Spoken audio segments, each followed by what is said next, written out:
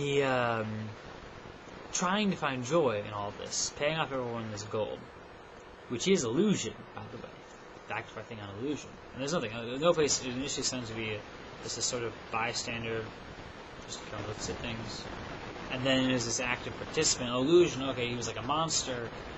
And then, oh wait, illusion again, there's actually kind of a person in there. Because what happens is, well, he later on attempts to give Chihiro a giant thing of gold, right? And she refuses him.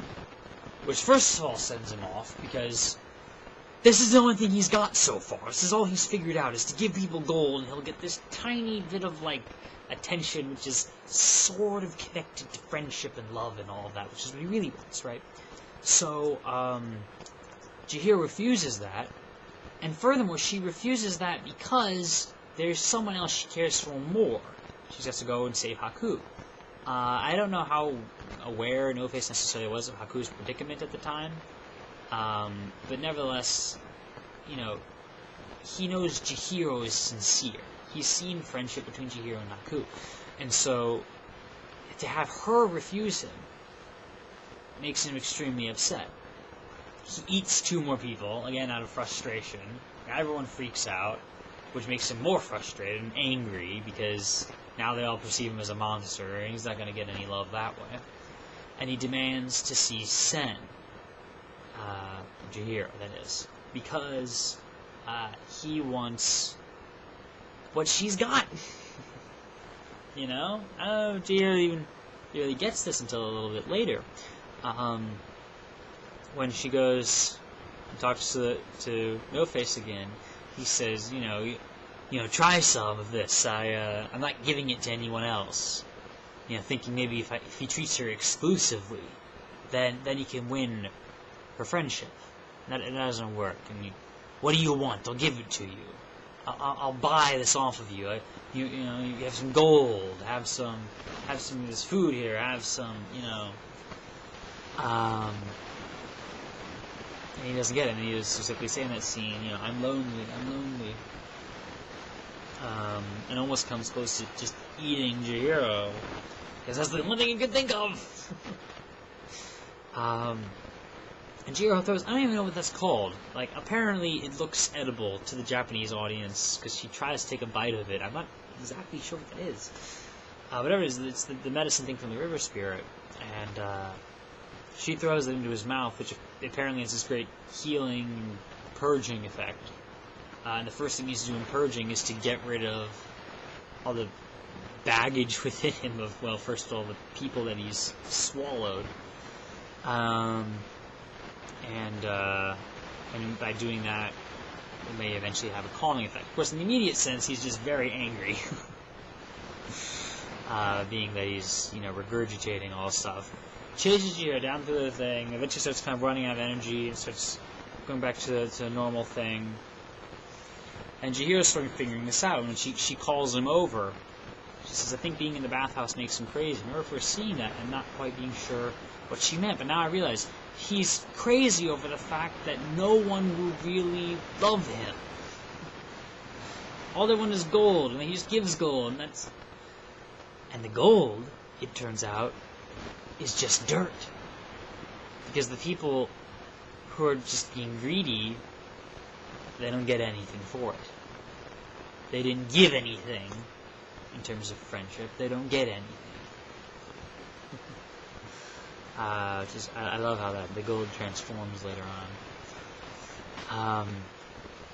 And in the meantime, he follows Chihiro around, right? Going on, here comes the train scene. I love the train scene. It's amazing. It's so simple, and that's so true. And he just kind of follows Chihiro, and she shows him this simple kindness by letting him use the 4th ticket. You know? And that's friendship, that's love, that's what he's looking for. Oh. And then he gets on the train, and he looks left and right, and he doesn't know what to do. She says, sit here. And even though he can't like smile much or do whatever, I think that really means a lot to him. This simple sit here, this sort of, I acknowledge you, and look, you need a place to sit, so go ahead. You know? And then, of course, he eventually finds this place at Zeniva's. Doing what? He's, we got tea, and we're sewing threads together, and we're doing these little simple things, little signs of caring for each other. That hairband thing they make for Chihiro and such. And that's where he finds his place. I love that. I love all these little things. I love... Miyazaki has this thing of finding the magic in everyday life. When you find the magic in everyday life, you find a lot of magic. And we say, what do you mean everyday life? We go to this whole magical world. We go to this... Yes. But there are things in it that feel like everyday life, and yet are not. And yet, perfect example, just after the whole River Spirit deal, when Lin and Chihiro eat a couple of dumplings off on the balcony. And this is like real life. We're munching some food. We're sitting on, maybe you have an apartment, I don't know, you're on a balcony, you're on a porch, you're looking out over whatever's out there. Happens to be an ocean, but like, something in the music and the timing and the pacing and the I don't know. It connects to our experience, normal things, and says, wait a minute, these normal things can actually be extraordinary. The range comes in, creates an ocean, which to us is amazing, but to the characters, to Lin, in instance, she just said, what do you expect after all that rain? This is perfectly normal. And we start to contrast our sense of wonder with how everyone else treats us as normal. We treated Chihiro initially as normal, as a normal little kid. She's going to be the main character, okay, but we didn't realize there's things to have wonder about in her character, in the character of perhaps everyone, huh? We should look over this thing, which others say, oh, look, yeah, of course, it's the ocean. No, look at that! Look at the train!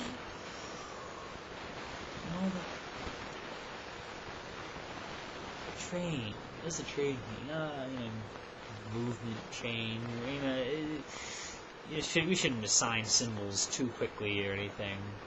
I believe I heard something once of Miyazaki say that when he was planning out the story, for him it ended with the train. I can see what he means there. There's like... You just look at Chihiro's face near the end of that scene, you see how she's changed. But of course, Miyazaki got to that scene and the movie was not over yet. He had to keep making more scenes and finish it off. Yeah, and it's not a train. It's all simple things. He also said it was inspired by how the first time you ever get on a train, you're focused more on the physical train than the outside. And you start thinking to yourself, oh, how am I going to ignore the outside? And, oh, wait, good thing I invented this ocean. Love how creativity works.